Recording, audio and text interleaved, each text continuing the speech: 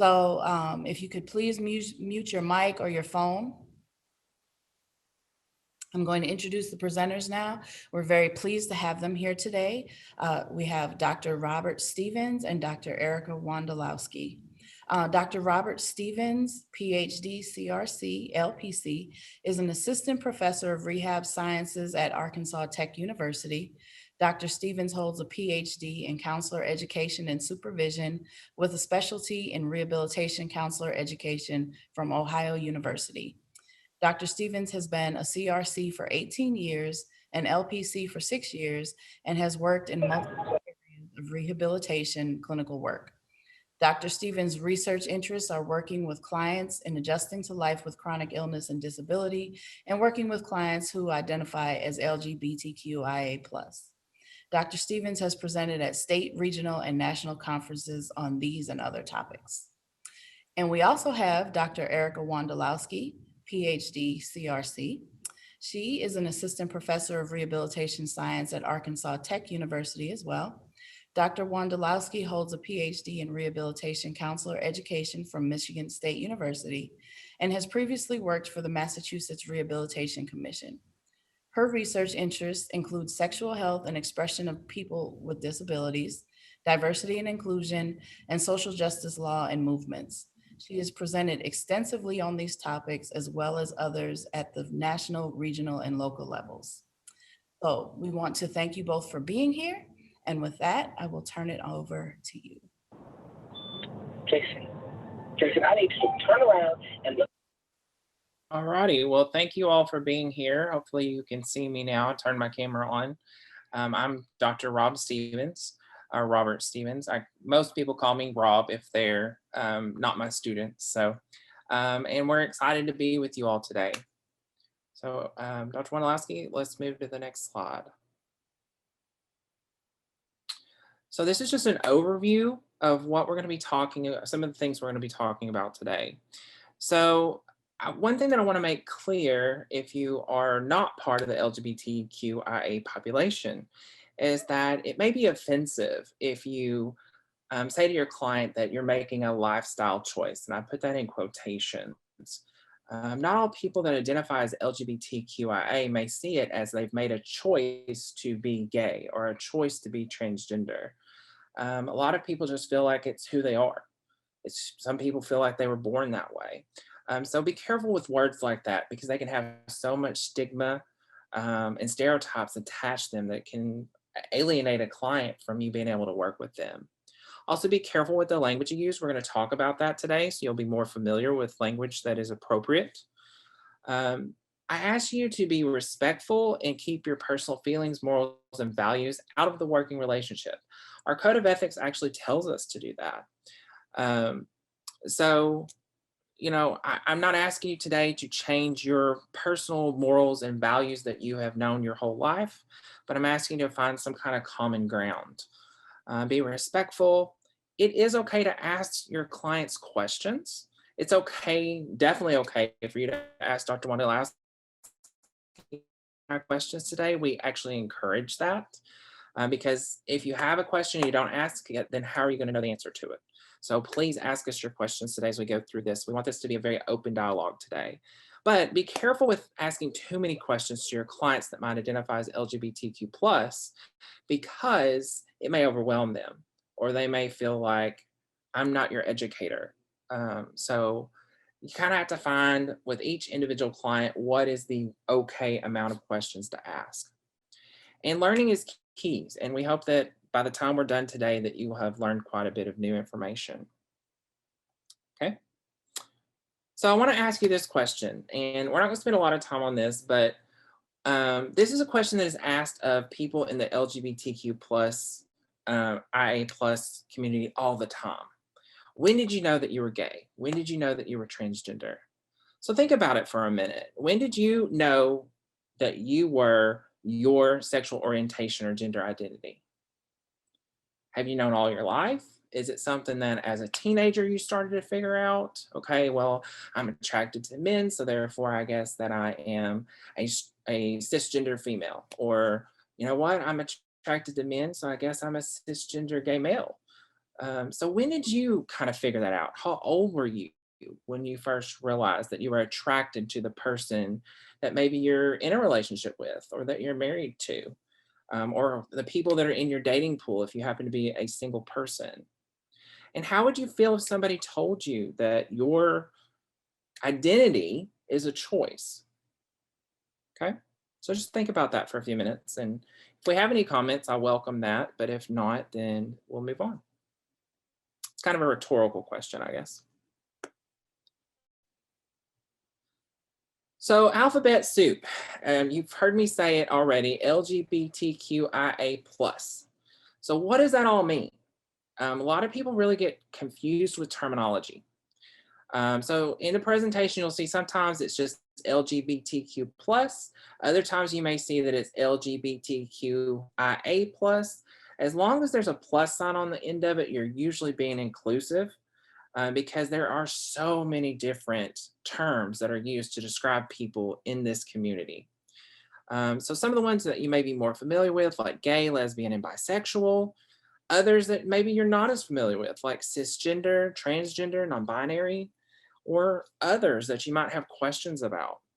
And the information that we'll be sending to the organizers of this training, Dr. Benton and Karen, you will receive a copy of the PowerPoint and you will receive a resource packet.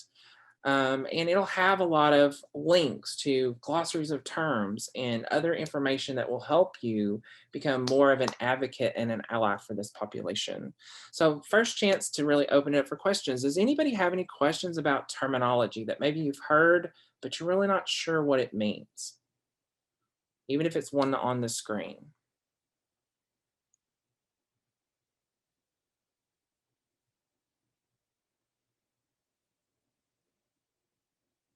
So everybody's experts, I guess, because I'm not hearing anything.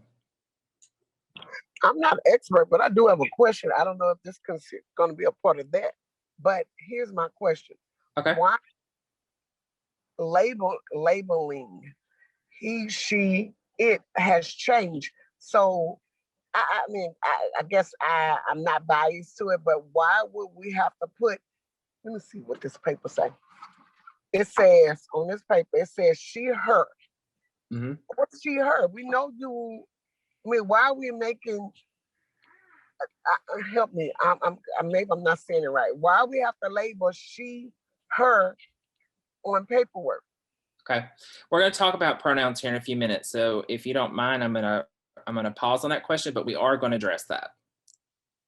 And I think a lot of people get confused with pronouns, and so we have a whole slide about pronouns here in just a couple of minutes about why that is important to people in the LGBTQ plus community. So great question, and we're going to get to it. Well, we do have two comments in the chat. Oh, okay. We have a question. Somebody would like to ask what the definition of cisgender is, and Okay. also non-binary. Okay. Great questions. So cisgender is someone, a person whose gender identity matches the gender that they were assigned at birth. So for me, I was assigned male at birth because when I was born, the doctor said, okay, we have a boy. So on my birth certificate, it says that I am male. And psychologically, I also identify as male. So I have no gender dysphoria. I was assigned male at birth, and I identify as male. So I'm a cisgender male. That's just a way to describe people that their gender assigned at birth matches their gender that they identify with. Whereas transgender is the opposite. So someone that is transgender was assigned female at birth, but as they've grown up and as they've matured, they identify more as female. So therefore, their gender marker that they were assigned at birth does not match with how they psychologically identify as a person. So that's the difference between cisgender and transgender. It's a little bit new of a term that you're hearing more and more with cisgender. Now with non-binary, I have a definition for that too, because this is very common questions in the trainings that I do with these. So non-binary is a person whose gender identity does not conform to the gender binary. So they kind of fall somewhere along a spectrum of male, female, or somewhere in between. I will tell you, I am the faculty sponsor for our student group. It's called Spectrum. It's an LGBTQ plus student group here at Arkansas Tech. And I have a lot of students that are identifying now as non-binary because they know that they're not 100% male. They know that they're not really 100% female. They're not really comfortable with transgender because they really are not a trans man or a trans woman. So they just go with non-binary. It's kind of an umbrella term to help somebody that's really trying to figure out who they are. Okay.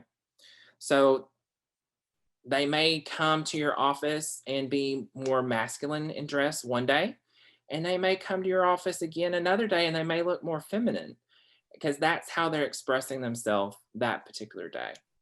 So non-binary is kind of an umbrella term of I don't really fit the male or the female stereotypical characteristics. So I'm just going to call myself non-binary because I kind of fall somewhere in between. Does that help answer those questions?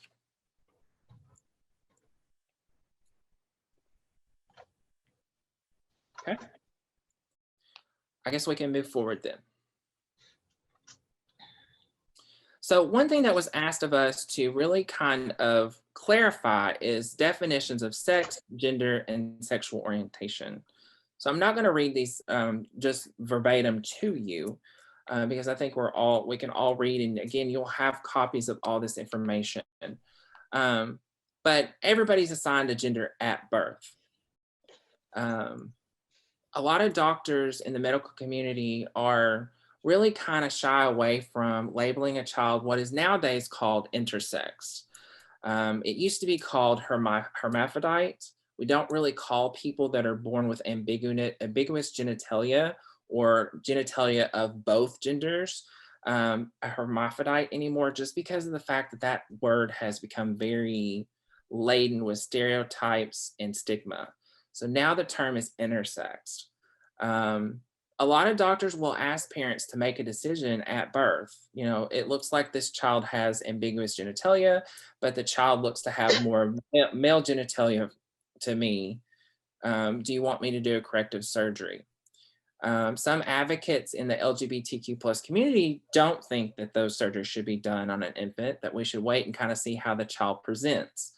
But it's up to the family to decide what to do in those situations. So we're all assigned a sex at birth, okay?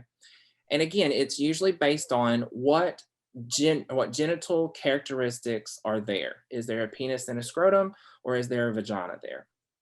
Next. Sexual orientation is really the emotional, romantic, and sexual relationships that we have with others. Okay, so if you are a cisgender female, then that means you probably date cisgender males.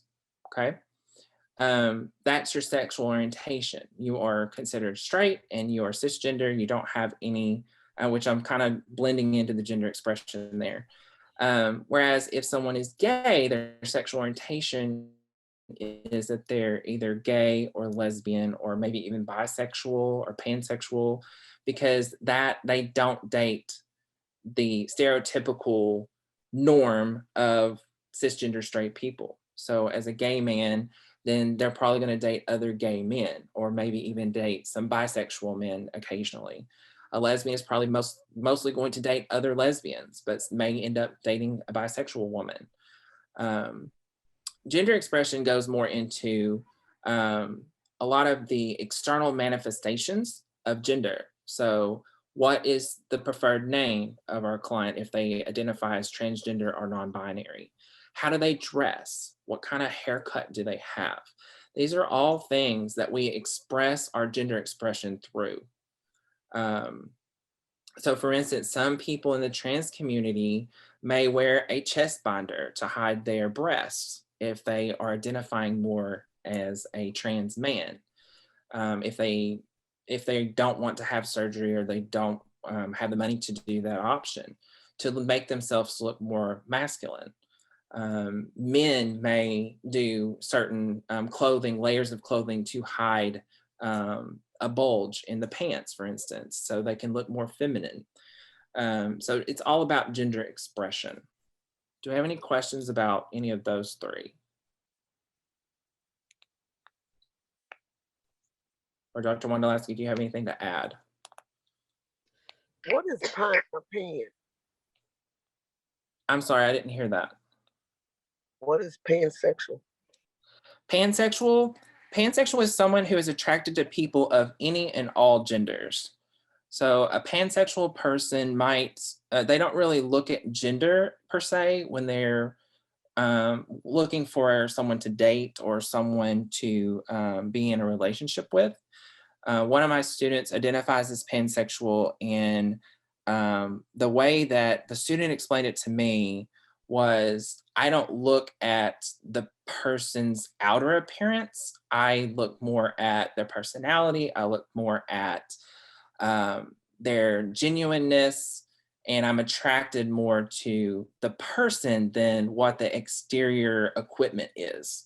So I don't really care if they have a penis or a vagina. I care more about, I have this connection with this person and I feel like I can be in a relationship with them. So pansexual is just, the only thing that's really different between pansexual and bisexual is pansexual is someone that will date any gender, whereas bisexuals stereotypically, and I say that because that is changing a lot in a lot of the research that I read lately about bisexual people. And these two definitions of pansexual and bisexual are kind of becoming an umbrella term where a lot of people are using those interchangeably. Whereas typically in the past, bisexual would be someone that dated males or females. Pansexual will date someone that might be transgender or non-binary. And it kind of adds that layer to it. One thing that I'd like to add also is that when we're specifically talking about gender, sex, and sexual orientation, we have to realize that apart from sex, because sex is based on the biology, it's essentially it's what you're working with, it's the machinery of it, right? But sexual orientation, gender expression, those are all things that are kind of housed within these societal constructs of what is deemed appropriate or not. So you'll see, like for gender expression, the definition says the external manifestations of gender. But typically when people consider gender, they think male or female. We also have individuals who identify as gender nonconforming. And so it's not that I want to express myself as being female or male. I just want to be me. You know, early on when Dr. Stevens started, he was speaking about the importance of finding out who your clients are. And you can do that very easily just by saying, how would you like me to refer to you? Instead of making snap judgments about who they are based on what you're perceiving, which is, again, influenced through your worldview and through your interpretation of societal expectations. Thank you. That was great. A great point to clarify some of that. So I think we've covered a little bit of this already, but I will just leave it up here for a second and see if anybody has any questions about anything you see on this screen. I kind of jumped ahead and talked about several of these definitions, and people ask good questions about some of these. So any questions about any of the terminology on the screen? So I have a question. So let me just make sure I'm not confused. Okay, you said pansexual would date anybody, but it's not the sexual part, it's just the part of being attracted to that person itself, nothing dealing with the equipment. So hypothetically speaking, I'm a woman. I might be attracted to another woman, but I'm attracted to her personality, not the equipment, right? Or Correct. I might be attracted to a male, but I'm not attracted to his equipment. I'm attracted to his personality, his, you know, the way he looks, things like that. So wouldn't that be, okay. I'm trying not to get confused because y'all, I just got confused. So I just want to make sure pan is just a general the attraction to oneself, or for as the way they look, the attitude, how they carry themselves, but not the actual equipment of the person. That's the way it was explained to me by one of my students who identifies as pansexual. Is it's not really the equipment per se, it's the human connection. So that's the way I kind of changed the definition, because the definition just says someone who's attracted to people of any and all genders. That's the pansexual definition. So that's the way I kind of keep it straight in my head, because I don't identify as pansexual. So I can't put myself in somebody's shoes that is pansexual. But that's how I've kind of made it make sense in my head, is that it's about the human connection, not about gender, not about equipment. I like this person because this person is a good person, and that's what attracts me to them. And that's why I'm going to date this person.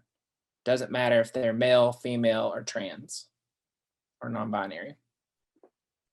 Good. I'm glad y'all are asking questions. I think this is really great. Yeah, it's about the emotional intimacy is Yes. really what it gets to. It's about expressing that with whoever you find that really connects with you at a incredible level. And, you know, whether there's penetration or different expressions in the sexual expression of it, it doesn't sway you one way or the other. Right. Good point. You know, the other thing I want to make sure that we're addressing as well is that oftentimes, especially when you are from maybe conservative households or societies, some of these terms may already kind of have a negative connotation just based on the stereotypes and things that you've been surrounded by for much of your life. You know, here in the middle of the slide, we have drag queen versus transgender. And then I'm sure many of you who might be, you know, middle-aged have heard the term transvestite. Mm-hmm. And so there has been this history of pathologizing what it means to express a sexual orientation or a gender other than opposite sex, you know, attraction, assigned at birth, matching your gender expression and how you identify. And it doesn't have to be pathologized. Mm-hmm. You Yeah, know? I included the drag queen versus transgender on there because I had a question at my last training of, well, people that do drag, they're all transgender, right? And that's not true. There are some people that do drag because they do it as an art form. They have no desire to change their gender. It's just they love the art of drag, and that's why they do drag. I know one particular person, he's a gay man. He is, you know, cisgender gay man, but does drag full time as his career, and has been very successful, has raised millions of dollars for charities doing drag, but he has absolutely no desire to change his gender. It's just his way of doing artistic expression. RuPaul's Drag Race had its first transgender contestant this year that made the top 4. So there are some people in the transgender community that do drag. But that was one thing that a question last time was, you know, well, all people that are transgender are just drag queens. No, not necessarily. You can't lump people in a box just because it makes you feel comfortable. Or maybe you've heard that before, and it's not necessarily the case for every single person. If you walk away with nothing else, just remember that each individual client that you work with that's in the LGBTQIA plus community is going to have their own individual story and their own individual way that they describe themselves. So really be careful with stereotypes and stigma that you've heard, that you don't lump people into a category that they don't want to be in. Yeah, something else that I also wanted to mention here too is there are men who like to wear feminine undergarments. And Mhm. it's just because it's a sensation for them. And ladies, we got some pretty nice undergarments, so I don't blame them. But it has nothing to do with their sexual orientation or gender expression necessarily. It may just be, you know what, I think I look cute in these and it makes me feel attractive, or I feel alive, so again, we're never going to sit here and tell you what you should or should not believe. Right. But as providers at your multitude of organizations, what we are asking you to do is respect the client. Just as a basic human being, respect that they have a story, that they have an experience and a worldview that might be different from yours. And unless you're in Christian counseling or, some other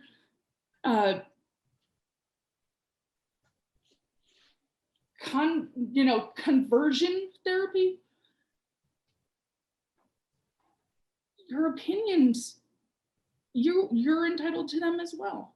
But it's not necessarily the place to express them when you're working with clients. Yeah, and keep in mind that CRC and the American Counseling Association, they are not in support of conversion therapy, since Dr. Wondolowski brought that up. I didn't have that in the slides, but that if you talk to or watch anything about conversion therapy, a lot of LGBTQ plus people that have experienced that talk about the trauma that they experienced by being forced to go and do something like that. But again, if you have a client that comes to you and says, I think I'm gay, but I don't want to be, then again, we have to support the client where they are in their journey. I've had that happen. I had a client when I was working in the field come to me and say, I think I'm gay, I don't want to be. And all I ever said was, well, how can I support you at this time? It wasn't my place to say, well, come on out of the closet and be yourself. If they weren't ready to do that, I was just going to damage the counseling relationship by forcing them into something that they weren't ready for. But I also wanted to provide them resources. I did not provide them resources for conversion therapy. I don't support that. But I did, give them resources for both accepting a LGBTQ lifestyle and what can you do if you don't want to be LGBTQ plus. The client ended up deciding to come out later down the road in the counseling relationship. But when I first met the client, they were not in a headspace where they wanted to be gay. And like I said, I had to meet the client where they were, even though it was hard for me to be like, okay, I'm going to support you for who you are, and I'm going to support you where you are. So, all right, let's move forward. So there's two different diagrams here that talk about a lot of these definitions that we just talked about: gender expression, gender identity, anatomical sex, sexually attracted to, and romantically attracted to. All these kind of fall spectrum. So we have genderbread person. I like the genderbread person, but I really like the gender unicorn a little bit better, which is the next slide. Maybe it'll move forward. There we go. And it kind of shows you the spectrum here of with gender identity. We have people that identify as female, people that identify as male, and we have people that identify as this one calls it, other genders. That would be transgender, non-binary. Then we have gender expression. People may be more feminine, more masculine, or kind of fall somewhere in between. There you see intersex there with sex assigned at birth, so female, male, or intersex. And physically attracted to and emotionally attracted to are two separate spectrums. So we may be physically, like I'll self-disclose, I am an openly gay male. I may be physically attracted to a woman. I find women beautiful, but I might be emotionally attracted to women, but physically I don't have any desire to be with a woman romantically. So emotionally, I have great connections. Some of my best friends are women. I actually get along really well, better with women sometimes than I do men, because I don't know why. I can't explain it. It's just I have a better emotional connection to women a lot of times. So that's kind of where my spectrum falls. And each client's going to be a little bit different. So you may have a lesbian client, for instance, that really has problems with cisgender males. Like they just do not get along with cisgender males. So if they get assigned to a male rehab counselor, for instance, or a male mental health counselor, that may not be a good fit. And we may need to make what I call a warm handoff referral to someone that is a better fit. So again, you'll get all these resources. So what the person's question earlier about pronouns, I told you we would get to this. Everybody has a right to their pronouns. My pronouns are he, him, his. Dr. Wondolowski, do you want to share yours? I use she, her, hers. So and it's okay to ask your client. Oh, we went forward. There we go. It's okay to ask your client, what pronouns do you want me to use with you? Most people in the LGBTQ plus community are not going to be offended if you ask. Okay. It's just seen as respectful. Now, there are some people that don't use traditional pronouns. So people that identify as transgender or non-binary, they may use some of these non-binary pronouns. So they may use they and them and theirs. Or there's even some more, I don't have a lot of students right now that are using some of these other ones like Z's, er, and zers, but I have heard people that do. And there's a whole laundry list of other ones. If you search for, or you go to this mypronouns.org, a link, and again, you'll get all these links. So the question earlier was, why do we have to list our pronouns? I think, correct me if I'm wrong, because you asked the question earlier and I said we would get back to it. My question was, why? Okay, so for example, I'm a female, Mhm. and I go to wherever I go, and on my tag or on my paperwork, they automatically put her.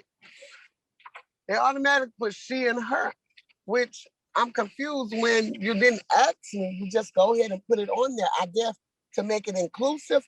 But if I'm neither gay, straight, or whatever, I'm just asexual, or whatever it is. Why assume to put that on your label, then not act? It's like now we are conforming to she or her or him or things like that. I mean, I guess I'm old fashioned and I'm stuck in there, so I'm trying to adapt. But Right. It's like, I guess you're trying to make it inclusive where you won't discriminate against anybody. So you just put that on everybody's. Yeah. We should always ask. We should never assume pronouns, because if we assume pronouns, then we're probably going to make a mistake, especially if somebody appears in the way that they dress or the way that they style their hair that's a little bit more androgynous. I've made mistakes with my students. I have students that use the they, them, and their pronouns. And Dr. Wondolowski and I were talking about this as we put this presentation together. Visually, what you see with the way somebody presents themselves doesn't always these days match up with the assume that they would use.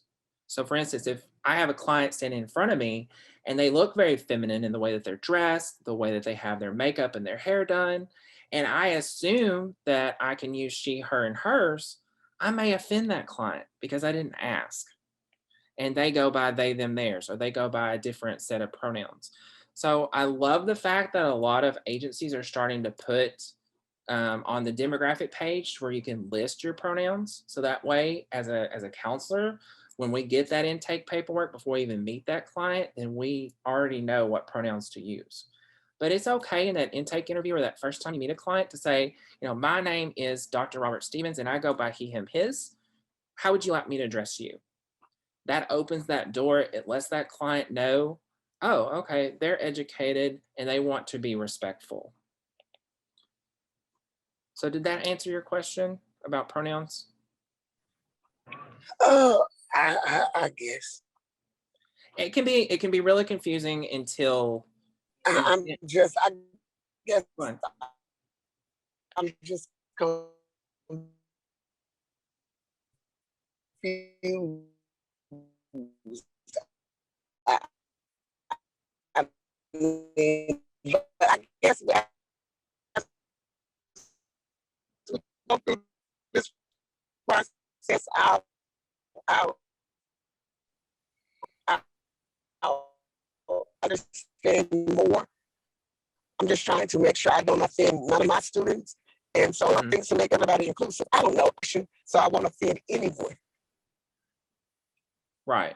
And I mean, the best we can do when we're trying to learn is just try to practice it, try to be respectful.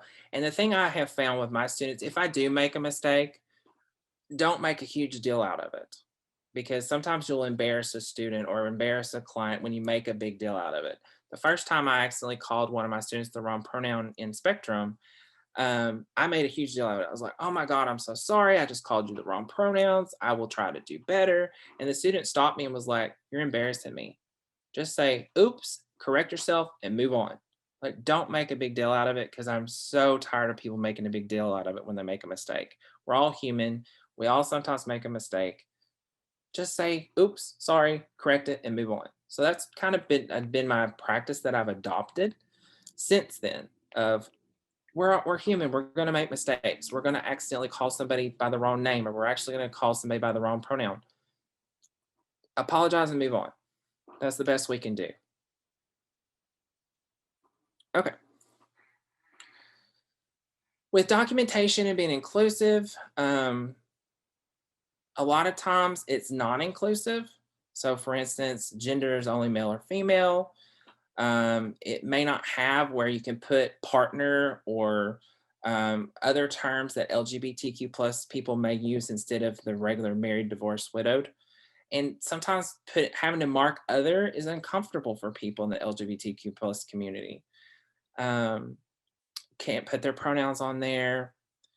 So as an ally and an advocate, trying to advocate for whatever agency or university that we work for, that we're trying to make the documentation more inclusive.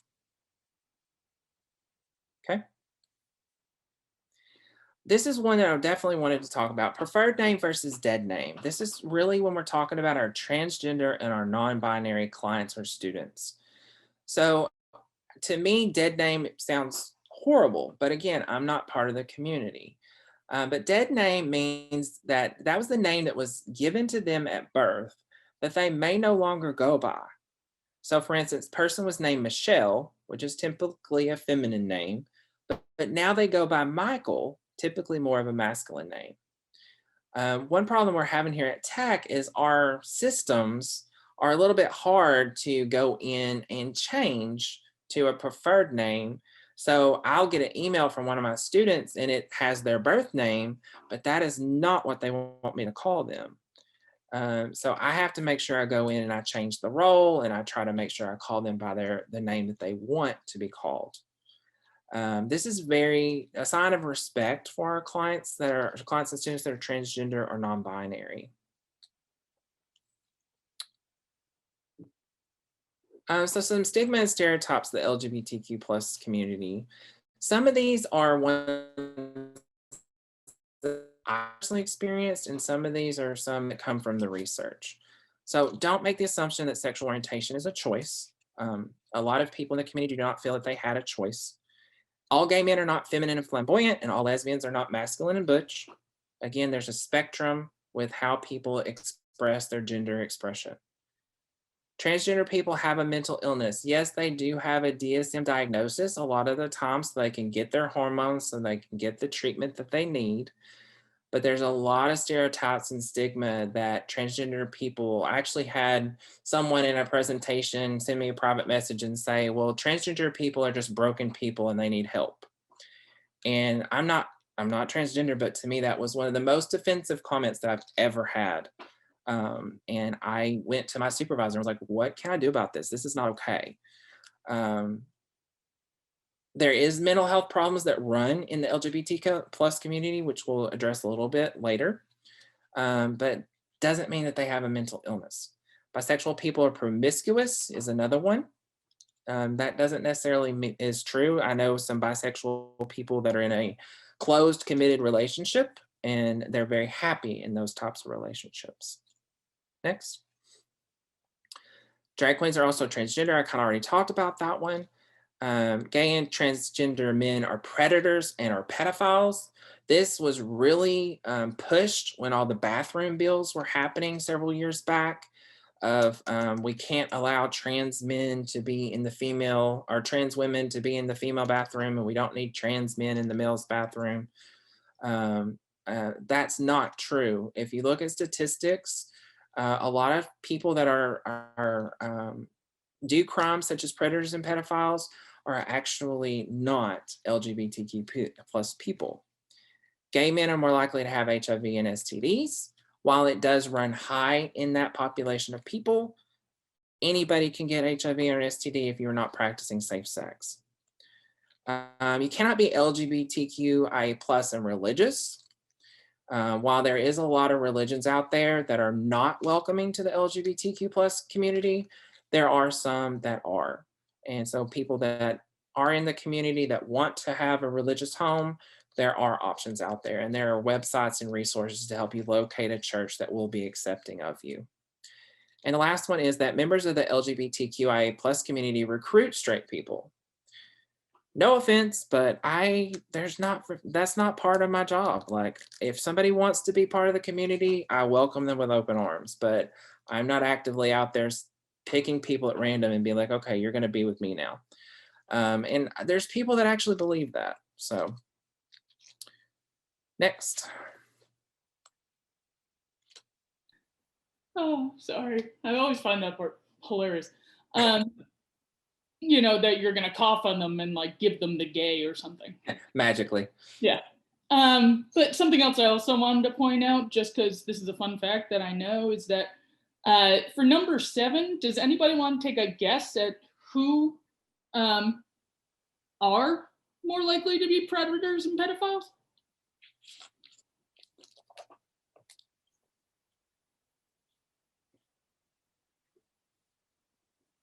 It's a taboo subject.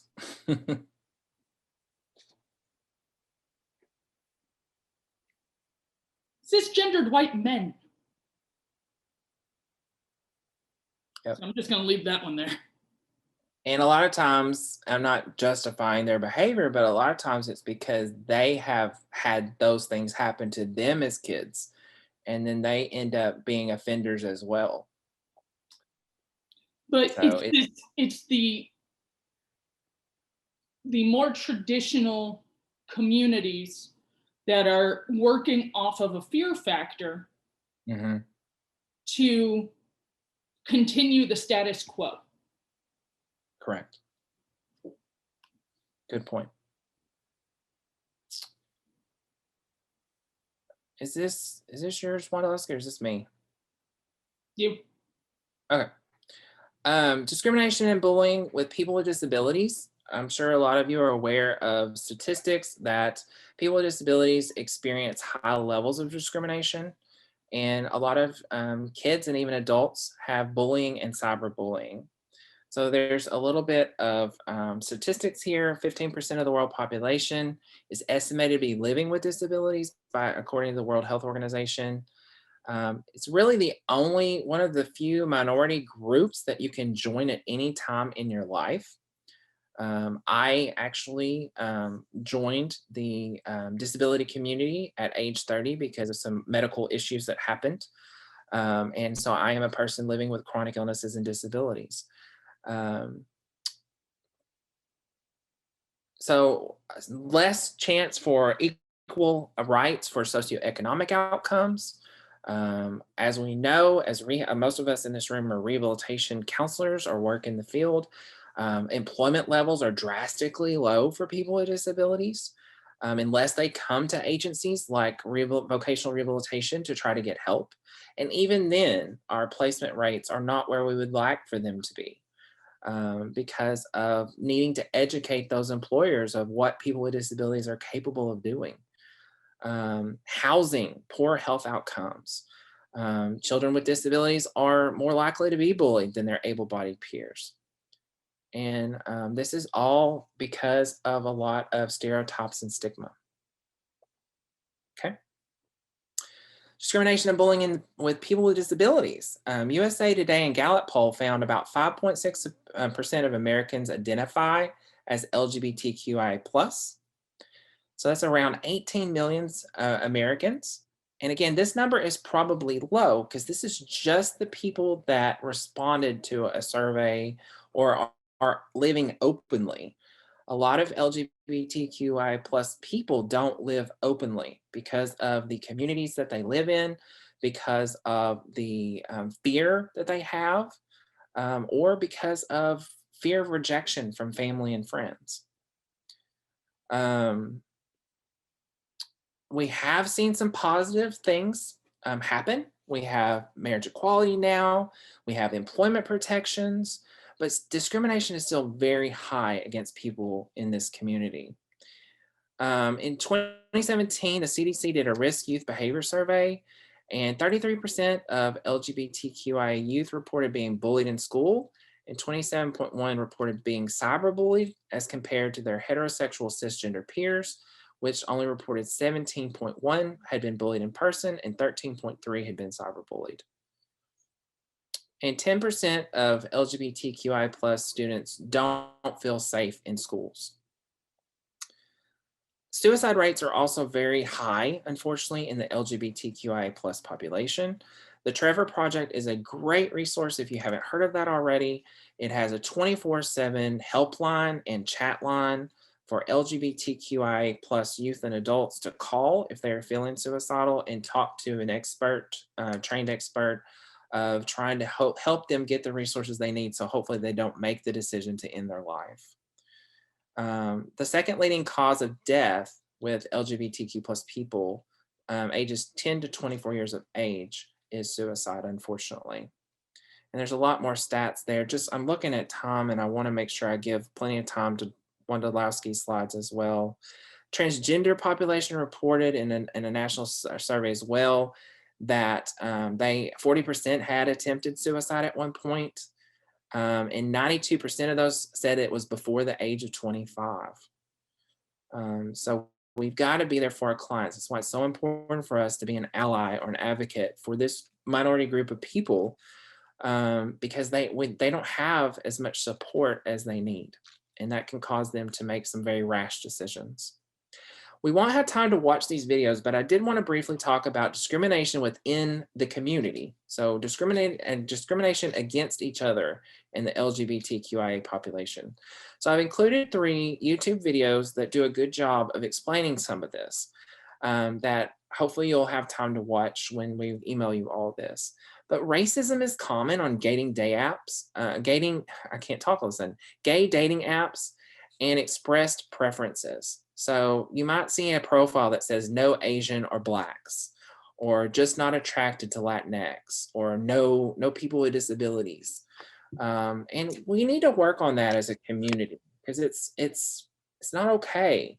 You may, just because you're not attracted to someone doesn't mean you have to post that on a profile to offend other people. The second link there is a story of Andrew, who is a person with a disability that uses a wheelchair. And it was his first experience of going to a gay bar in Canada, his home country, and how he found it to be a horrible experience because of the fact of accessibility issues at the club and how people treated him like he was not welcomed at the club because of him being in a wheelchair. It's a very powerful story. And then the last one is trans men and women not being accepted into the LGBTQIA population. For instance, transgender males who might have identified as lesbians first are not always welcomed in the lesbian community after they have transitioned or in the women's rights movement, which a lot of is still going on. Because of the fact that some people, I want to make sure I say that some people in the lesbian community feel that it is weakening the more masculine and butch population because these individuals are deciding to transition. So again, we'll let y'all watch those later because we've already been an hour into this. So Any questions before we move on? I always want to make sure I'm giving time for that. So we had a question Okay. earlier about this with speaking with transgender people. Mhm. If you state that someone had bottom surgery or top surgery, is that offensive when speaking of a transgender person? This person had heard these terms on a TV show. Yes. Okay. So I would not encourage you to ask that question, but if a client or student tells you voluntarily about that information, then that opens the door for communication. But definitely talking about genitalia or surgeries in the trans community can be very offensive to people in the trans community. So I would not recommend asking that unless you're having to do like a medical social history, then it might be appropriate to ask it.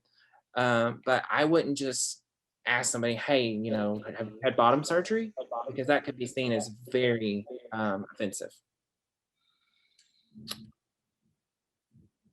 But yeah, so, and if you're not familiar with those terms, top surgery usually is referring to removing breast tissue and shaping the chest more into a male looking chest. Bottom surgery could be one of two things. That could be removing a penis and testes and doing a reconstructive surgery to create a vagina, or it could be removing the vagina and trying to create a testes and a penis um, onto the physical body. Those are all of those are very intrusive surgeries with the potential of a lot of complications. They're also very expensive surgeries. So a lot of times people in the trans community may not be able to afford those options. And so they do other types of binders for the chest or tucking of the penis to make it look more feminine in the way that they're dressed. And so there's a lot of things that go into the trans lifestyle that a lot of us that are cisgender just don't understand and we don't have to do. So did that answer the question? Yes. And we have another comment. One of my consumers lived in a small town and she had surgery to transition to female. Mhm. She experienced a lot of discrimination in her community. And that's not uncommon, unfortunately. So the best thing we can do in a situation like that is just try to advocate and provide resources to that client. Because unfortunately, a lot of times that is not uncommon that happens to people in the trans community.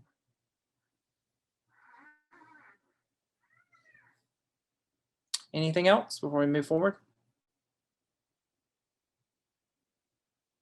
Okay. So we'll briefly talk about intersectionality. You're going to probably have some clients that identify as both a person with a disability and someone that identifies as LGBTQI+.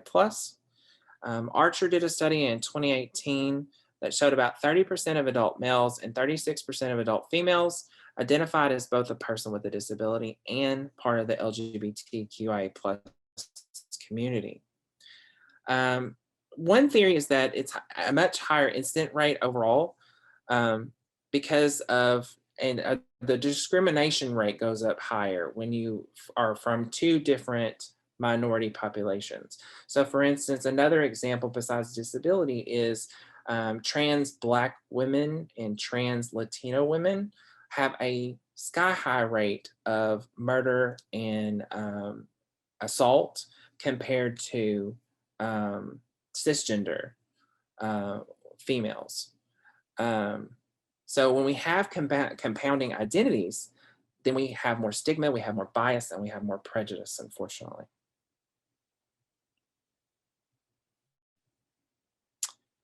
So this was actually something that Dr. Wondolowski and I came up with together.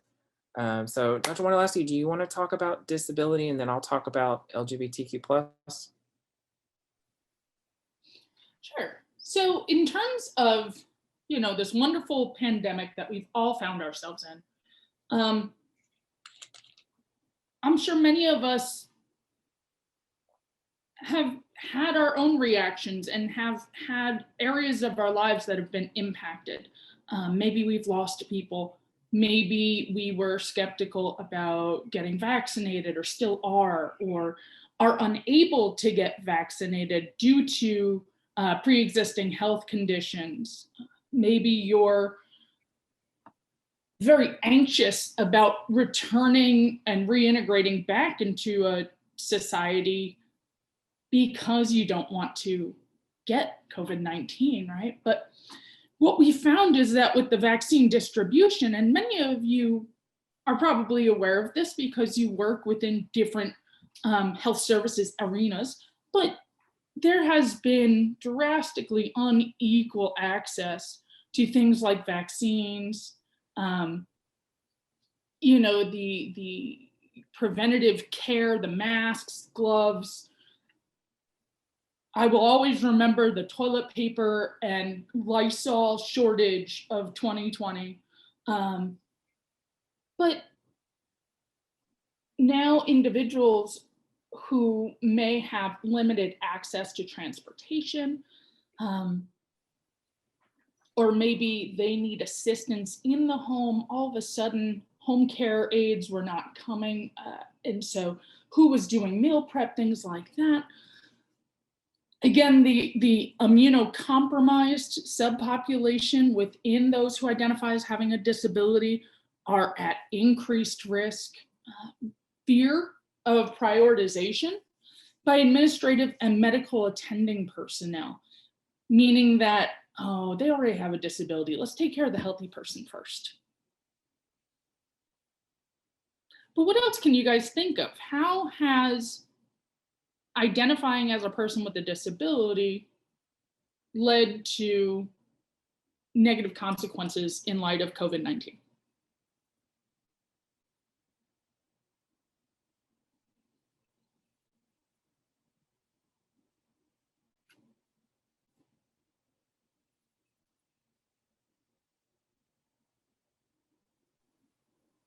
Well, I think of people who need to, say, for instance, somebody who uses Braille and needs to, like they're at the ATM and they need to touch in order to read the directions, or in an elevator or something like that. This is back when we thought we weren't quite sure how COVID-19 was passed. And so touching things was, created a lot of problems for people. So that was just one way that I thought of it. Or people who needed, wheelchair assistance and they had to push wheelchairs or they needed a lot of close contact in order to be able to, complete their ADLs and things like that. Absolutely. And we also have to recognize that not all clients or individuals who identify as having a disability live in urban areas. And so everybody moved to, telecommuting and telehealth and all these different things. But what if you lived in an area where maybe you don't have broadband internet?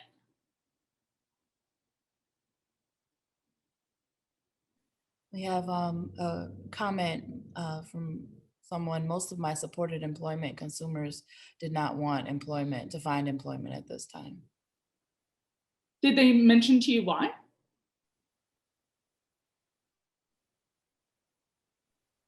It was mostly out of fear of, with the social distancing and not wanting to get COVID. So they just, I'm not going to say use that as an excuse, but it was just another barrier that they had to face during this time. Absolutely. I'll tell you that our university went to their first in-person graduation this May. Now, I am an individual who identifies as having a disability. I am immunocompromised due to some of the medications that I do take. And so I went from being around 2 dogs and somebody tossing groceries into my car once a month to now I'm surrounded by 600 people, their parents, their loved ones who I don't know from Adam's house cat. And I started to have a full-on panic attack because even though I had my vaccinations and I had the appropriate time, the 2 weeks afterwards for it to take, we now have these mutant strains. We now have this, we now have that. And my dean actually sent me home. It's a very scary COVID-19 and hopefully soon post-COVID-19 world that we will be living in for some time.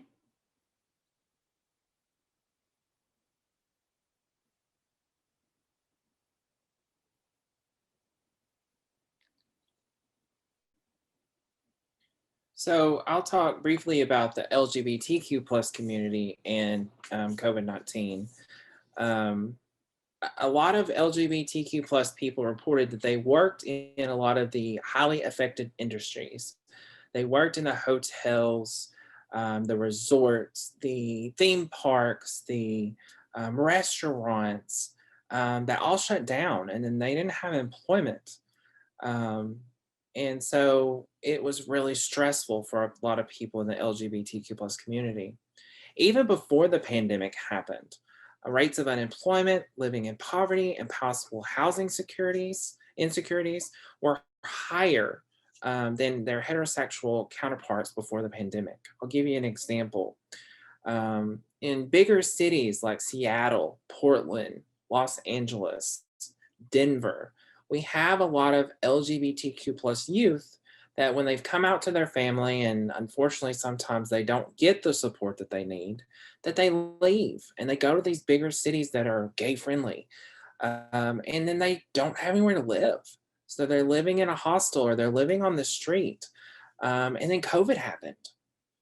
And what are you supposed to do during a worldwide pandemic if you don't have stable housing? So it was a very scary time for some people in the LGBTQ plus community. Lack of accessible medical care was a problem before the pandemic, especially for people that identify as transgender or non-binary. They're not always comfortable to go to the doctor because they're afraid of rejection. They're afraid of a doctor saying, well, I can't treat you because I don't know enough about it, or I have a moral or religious, I'm morally or religious, don't feel like it's my place to treat you for what you're needing treated. Even though, just like our code of ethics, we're not supposed to do any harm. The Hippocratic Oath, the doctors are not supposed to do any harm either.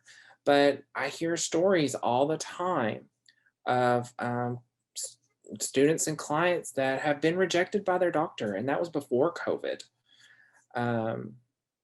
Older LGBTQ plus individuals also experience discrimination when they're looking for a place to retire. Some nursing homes and some assisted livings are not really knowledgeable enough of how to handle when a LGBTQ plus couple wants to retire together. So these were all things that were important to look at in the LGBTQ plus community when COVID started and as it continues. We have something in the chat that just popped up.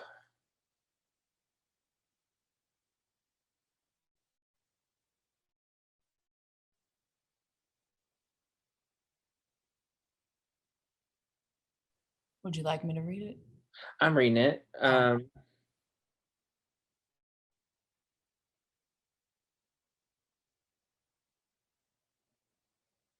Yes.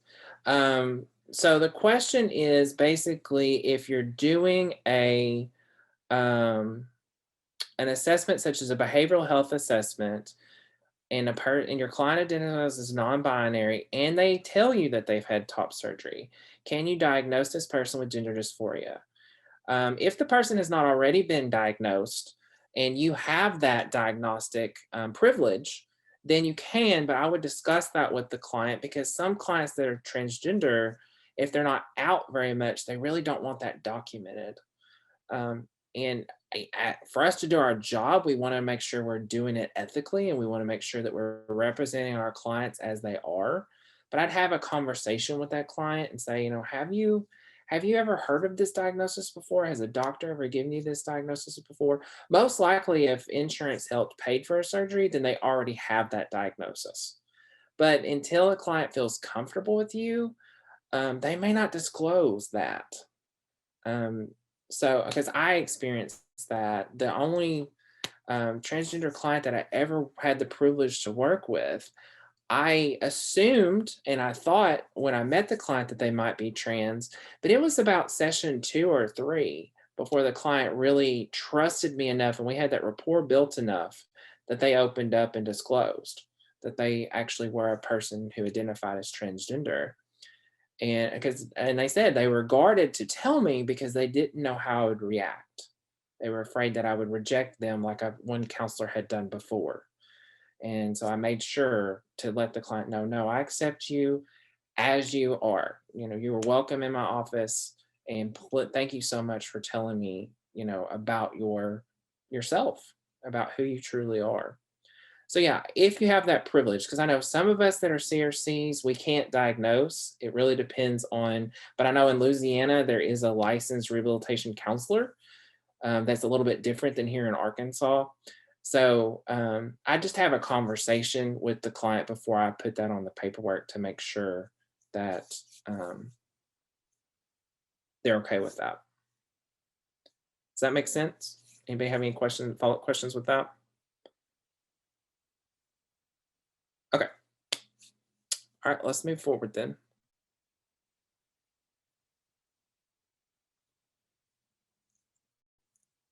Here's a couple of quotes here. So there's just been a lot of discrimination historically, unfortunately, with LGBTQ plus communities of color, low income households, and people with disabilities. And the pandemic has not helped that. And there's nearly 5 million LGBTQ workers that are having financial hardship at this time. And depending on the government's responses has really been how people are getting assistance. Okay, I'm going to turn it over to Dr. Wondolowski. All right, so can you guys see me? 'Cause I can't see myself, so. Yes. Okay. So I wanted to start by just, we gave you the terminology and hopefully now you have some working knowledge of terms to use and when they may be appropriate. And now we wanted to shift your focus to kind of the systemic nature of all of this as it relates to vocational rehab and returning people to work, getting them integrated into society, things like that. And so nationally, we just began really taking inventory of how many couple households are same-sex couple households. And nationally, it's 1.5%, give or take, 0.1. Now in Louisiana, it's lower than the national average. It's 1.2. And New Mexico, I'll tell you, y'all from New Mexico, I'm moving. Because in doing some of the state-based research, I was impressed. And so in New Mexico, it's 2%, so it's higher than the national average.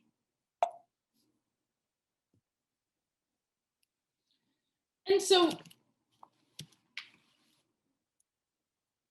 I kind of want you guys just to popcorn out there, either in the chat or using your microphones, but I have healthcare access and use because Dr. Stevens had kind of began speaking about it. I wanted to go into a little bit more detail.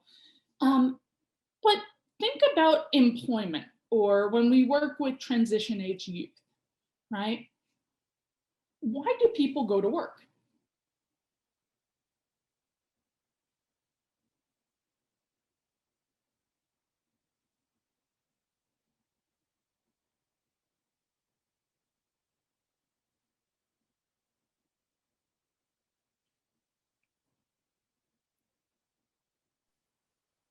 They need money, right? And so what does money get us? Pay the bills, food, Okay. school.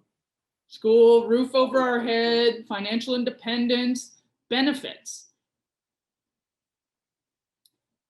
And so when we talk about healthcare access, we know that for individuals who have and identify as being part of the disability community, healthcare access is important. The very nature of belonging to this community is because we have some needs that need to be addressed, and are often because we live here, not cheap. And so whether it's private or public insurance, it's going to determine who our providers may be. It's going to determine what we can or cannot afford. And then we add in that intersectionality of identifying also as part of the LGBTQIA+ community.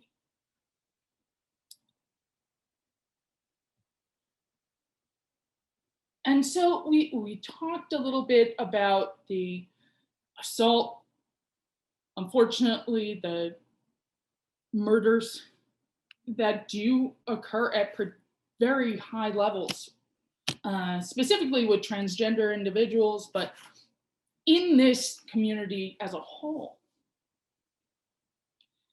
But recent studies have shown that individuals who identify as LGBTQ+ have visibly seen their doctor or provider become uncomfortable when discussing their sexual orientation or perceived sexual orientation. They may have used harsh or abusive language. They may have intentionally just dismissed partners. And we're going to talk about the constructed family rather than the nuclear family, or may actually have conducted themselves completely inappropriately and had unwanted physical contact.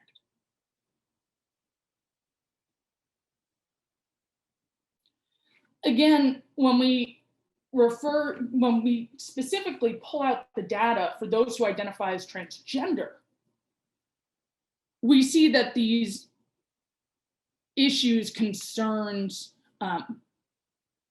get exponentially greater.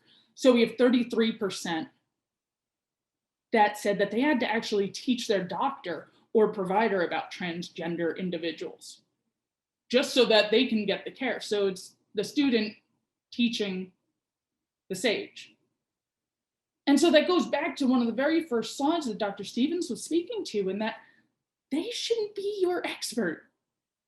Now, you always want to get their worldview. You want to know how they identify because you respect them. But they shouldn't be telling you about medicines or this or that, or, you know, behavioral interventions or things that may work.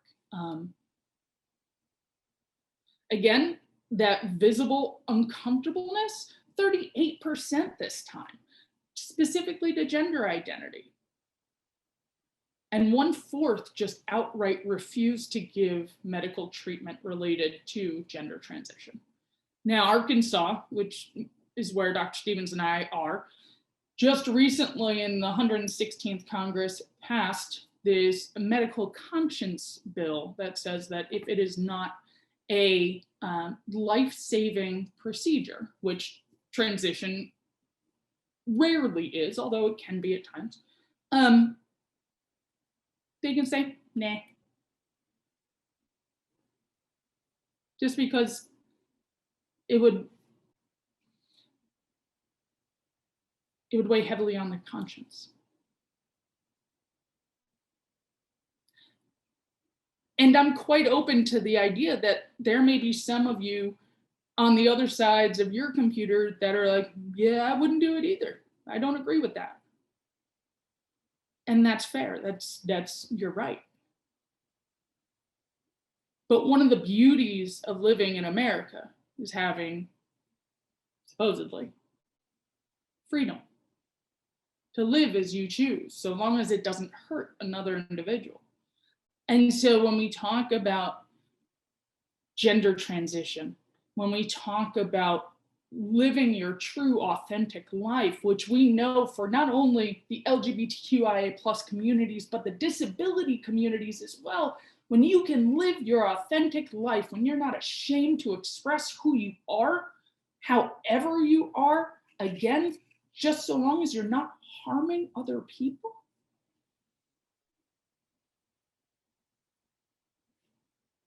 Who are we to impose what we believe on others? Again, you don't have to endorse a community. You don't have to lead the gay pride parade. You don't have to lead the next, disability rights movement. But you can respect someone as a fellow human being. Just thought.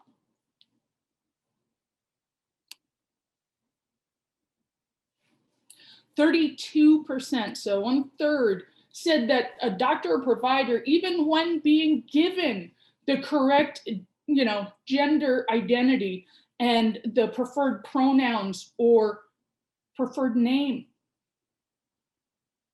deliberately misgendered or used the dead name. Here again in Arkansas, as progressive as we are, in this last legislative session, there was a bill that was being pushed that said that K through 12 teachers and other workers didn't have to use preferred names. But think about that. You know what your name is, and you know that when you hear it, your ears perk up, even if you're not the only one in the room. You're like, huh? What if you went through your day in, day out, being called George, Martha? Like, that is not my name. That is not me. You don't even know me.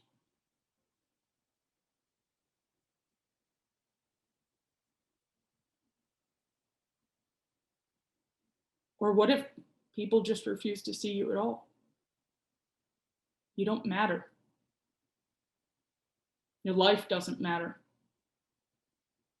This is the lived experience of people with disability, but also who identify as being part of the LGBTQ plus community, more specifically, individuals who identify as transgender.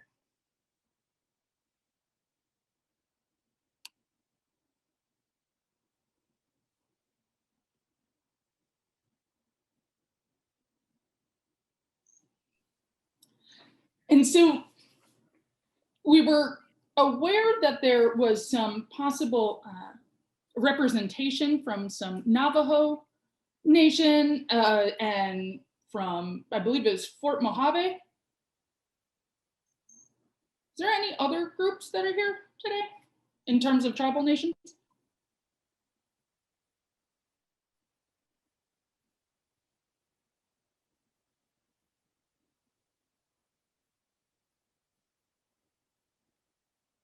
Okay, so Dr. Stevens, I'm gonna punt this back to you for a second. Okay.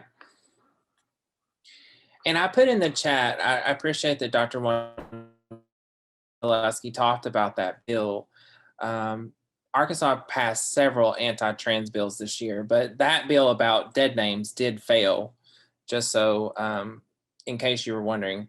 Other bills did not, but we're not here to talk about Arkansas law today. There's a lot to talk about. But so tribal nations and the LGBTQ plus community, I actually told Dr. Benton, thank you for asking us to talk about this, because I educated myself on some new resources that I wasn't familiar with before. So the term Two-Spirit is common in Native American and First Natives terminology. And it's just an umbrella term of First Nation people whose individual spirits were a blend of female and male spirits. It's really been reclaimed a lot in the last 20 years.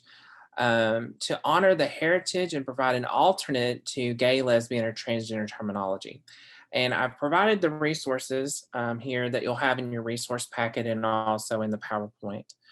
I'm not going to try to pronounce this because I don't want to butcher it.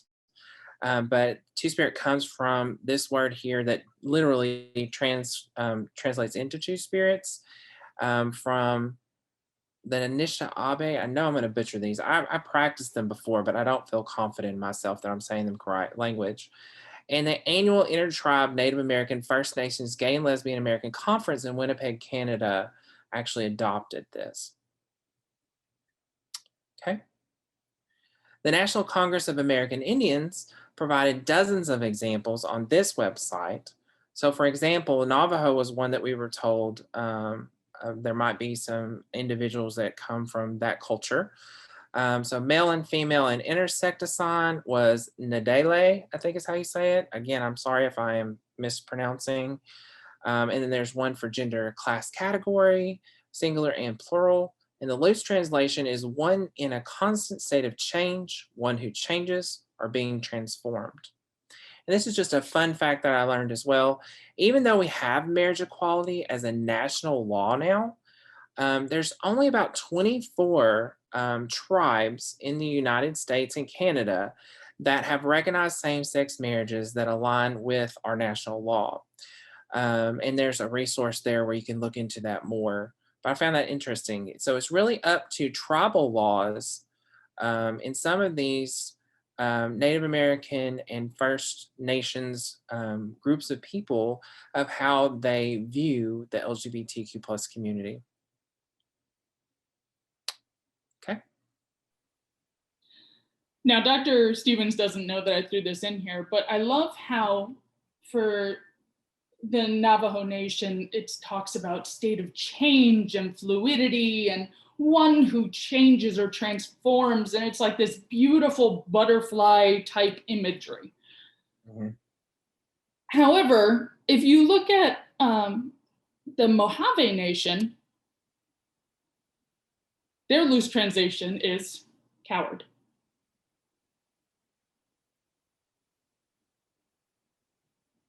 And so it's not that just because you identify as being Native American or First Nations persons that you necessarily are just welcomed in this way. Sorry, apparently my dogs are upset by it too. But that it really does vary from tribe to tribe. Yeah. And so now we just really wanted to bring it to the workplace and talk about this for just, briefly, right? Because we need to work to make money. We know that working results in higher quality of life and well-being overall for not only people with disabilities, but people who identify as part of LGBTQIA+. But knowing what we know now about some of the discriminations with the LGBTQIA+ community, knowing what we know and what we have known based on our experiences with the disability communities, I really want to start bringing your attention to connecting those dots and identifying the intersectionalities. In fiscal year 2020, the EEOC reported 1,857 different filings for LGBT-based discrimination in the workplace.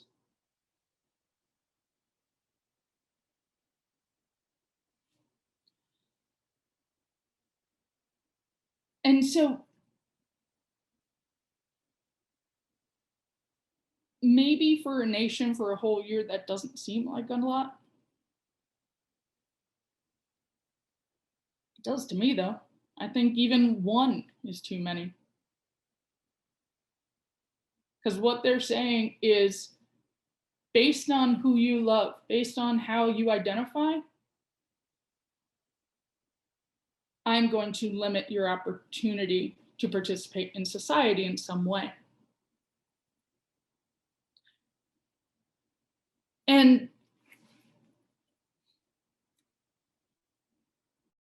there was a TED Talk that I once watched, and I share it in my diversity courses all the time. And this woman speaks about a philosophy that she has, and that is flip it to test it. And she says that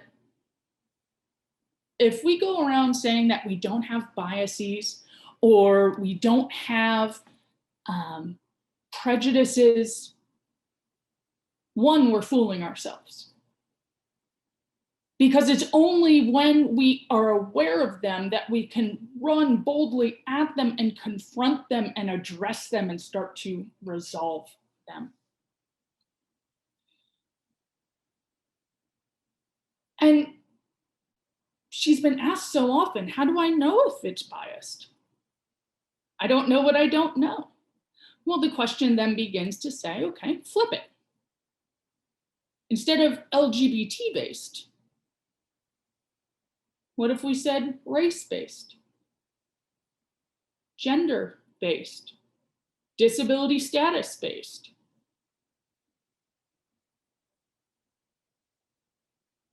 As I replaced that characteristic, did any one of those bother you more than others?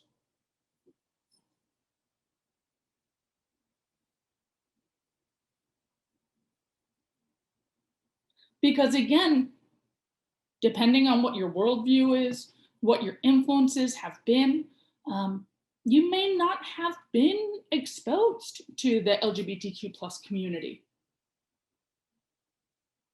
And so you're learning through all these different mediums, but you have little firsthand experience or secondhand experience.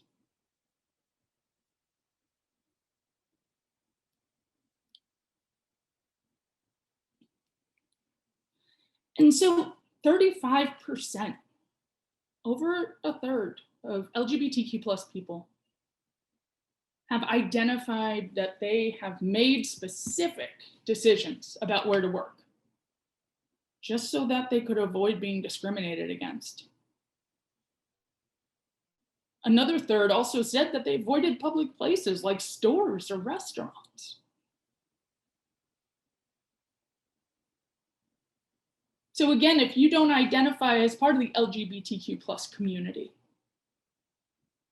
if you're being told that because of who you love or because of how you express yourself, you need to be worried about going to Walmart. You need to be worried about going to the post office. Flip it to test it. What if it was something that applied to you? Individuals who identify as transgender and those who have been college educated are more likely than others to have avoided potentially discriminatory workplaces. And so if we're working to get students transitioned into employment or even through school to employment, then we need to really think about these things and be aware of who are non-discriminatory or LGBTQ plus inclusive employers and universities are.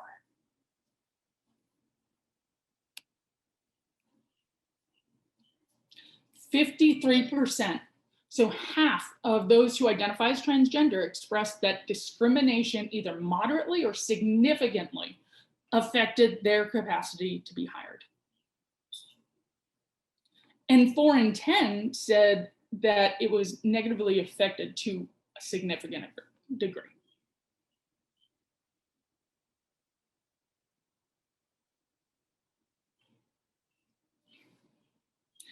%47%, again, almost half, moderate or significant impact on their ability to retain employment.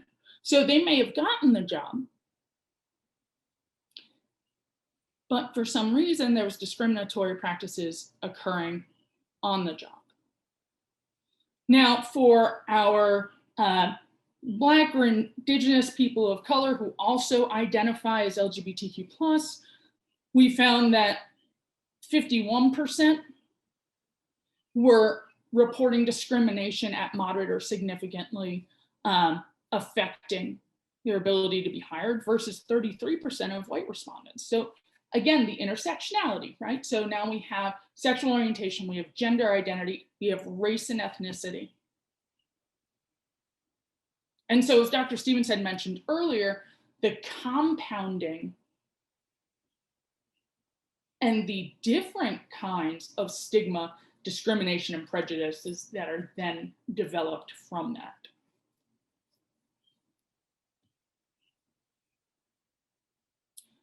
Something else we also need to take into consideration, right? We've heard of FMLA, we've heard of the different provisions for paid leave that were allocated out because of COVID-19. However, the United States actually doesn't have any permanent national paid leave policy in place.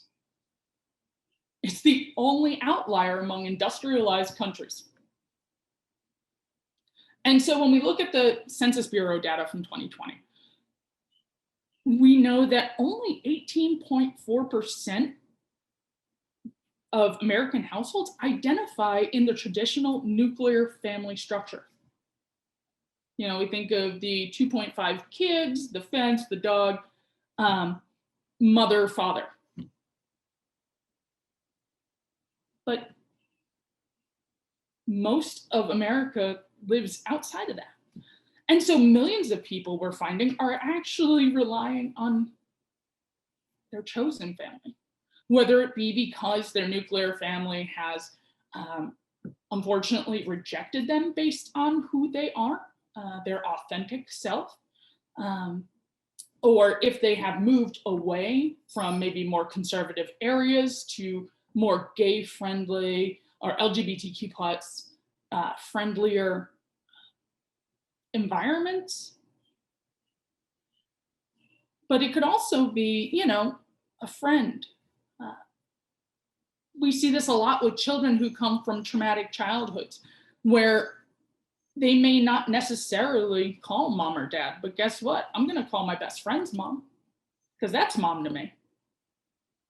The problem is that if she's my emergency contact, but she's not blood related, she's not listed anywhere, then all of a sudden we have no rights, when really they're closer than those individuals relationally, just not biologically.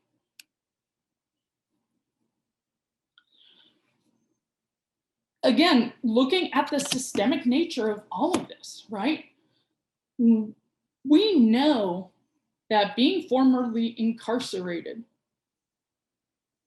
is going to prove to be a challenge when returning people to work. And so when we have individuals who identify as LGBTQIA+, who have also been formerly incarcerated, so we know, based on what we just spoke about, that they already have limited options, right? Because they're being very selective about where they can work, not because they're bougie or, you know, they're too picky, but it's because they don't want to be discriminated against, because they want to actually work in a place that may accept them. And so when we're working with this population specifically, there are some other things that we need to take into consideration, right? So with the LGBTQ plus community who have been incarcerated, we know that their unique healthcare needs while they're incarcerated, but also when they're released. We know that there's discrimination. We have housing details, right? Special pops and stuff like that.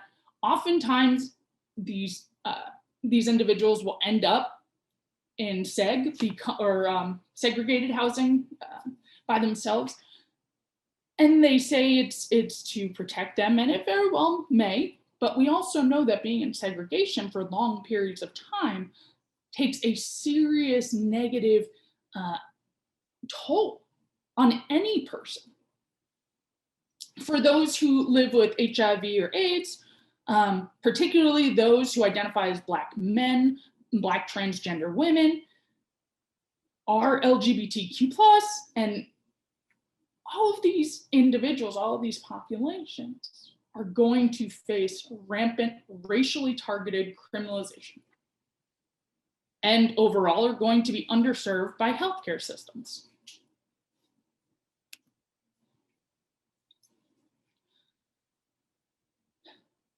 Because of a number of factors that lead to higher criminalization of individuals who identify as LGBTQ+, we find that individuals who, and I'll use an umbrella term, sexual minorities, are incarcerated 3 times higher than the general US incarceration rates. And in specifically, when you add the intersection of race into this, we know that Black transgender women are incarcerated 10 times the rate of the general pop. And so,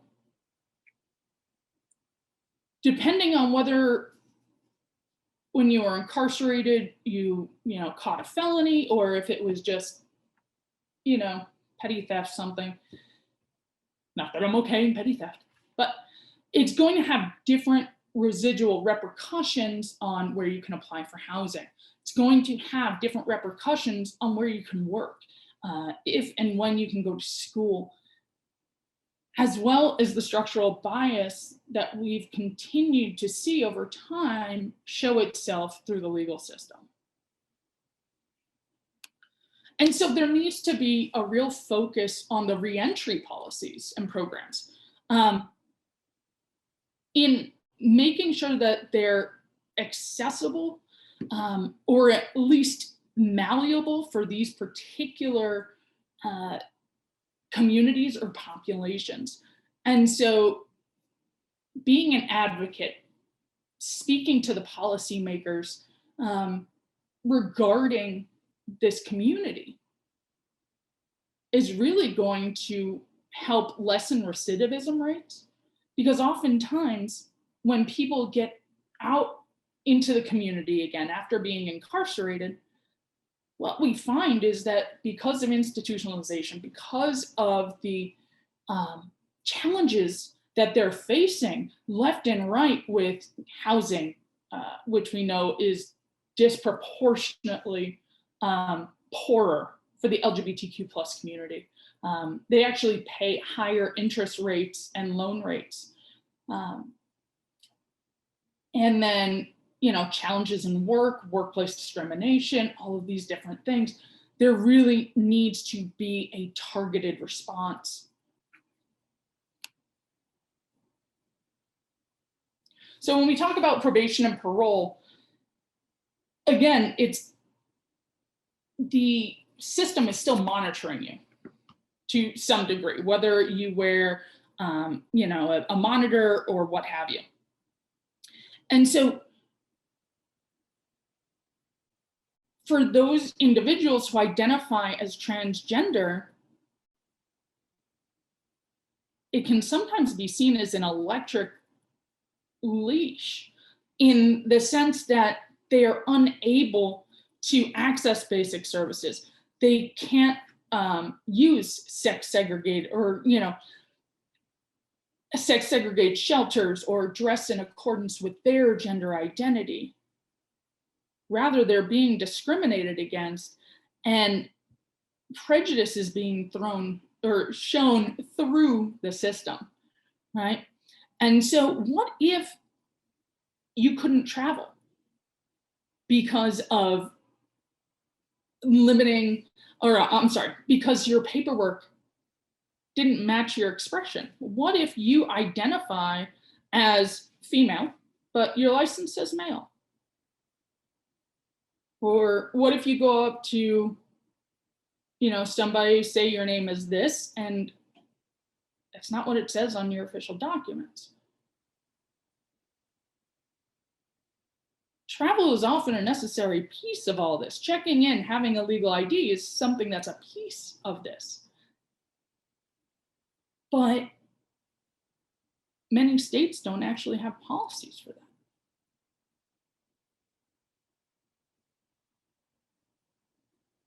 So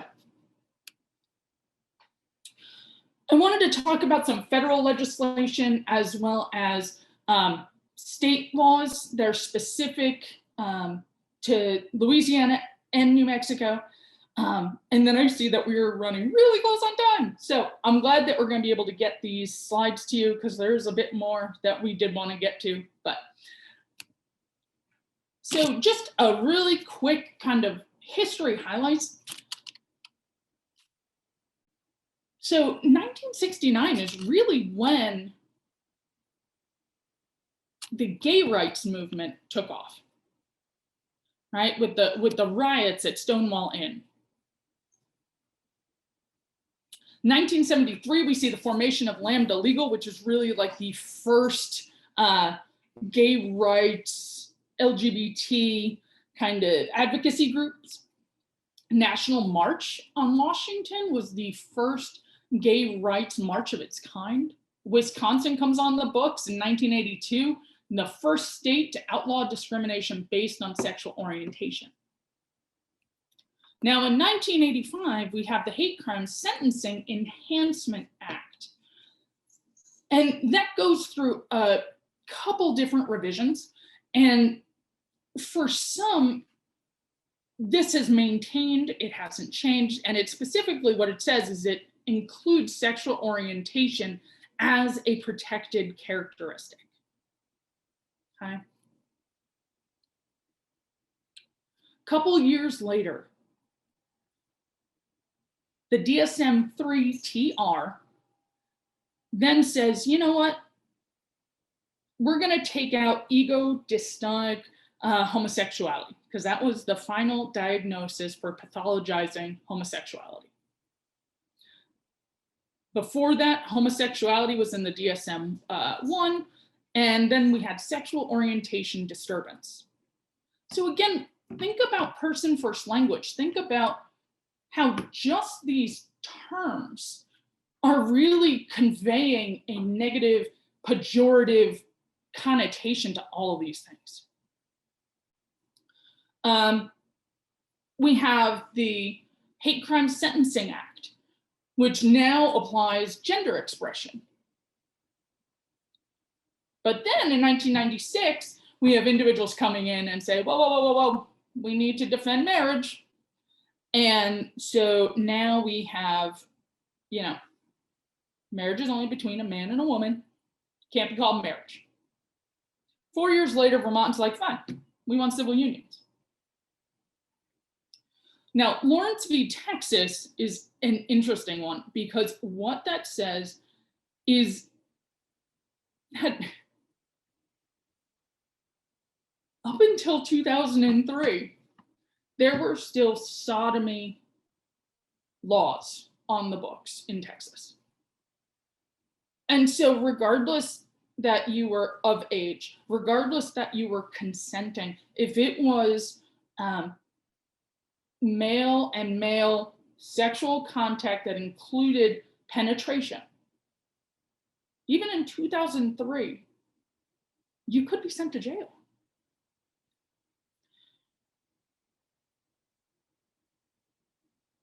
And so in 2003, those got thrown out the window. 2010, US Board of Education releases the Dear Colleague letter that says, okay, our individuals who identify as gender non-binary or having different sexual orientations, they're going to be protected in our schools.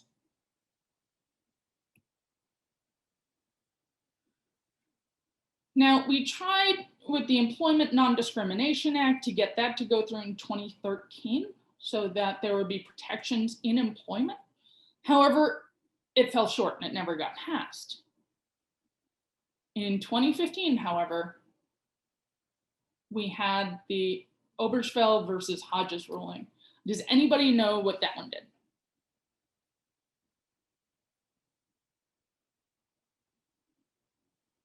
No cheating.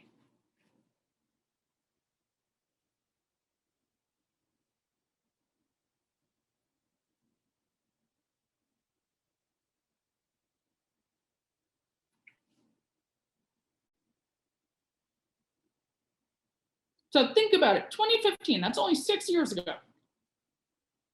Where were you 6 years ago? Who were you dating? Maybe you were married.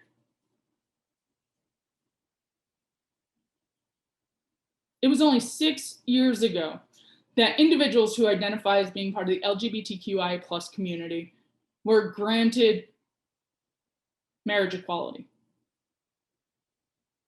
And that said that if married, that individuals and their spouses, whether same sex or opposite sex, could now actually have their partners in the hospital room with them if they were in critical care, because before they couldn't.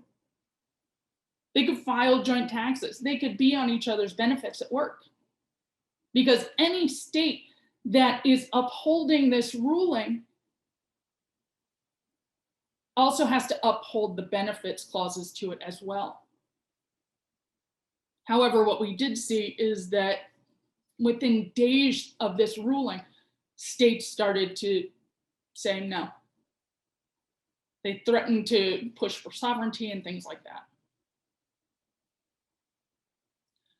And so with Hively versus Ivy Tech Community College of Indiana, we see the Title VII of the Civil Rights Act is now prohibiting workplace discrimination based on sexual orientation.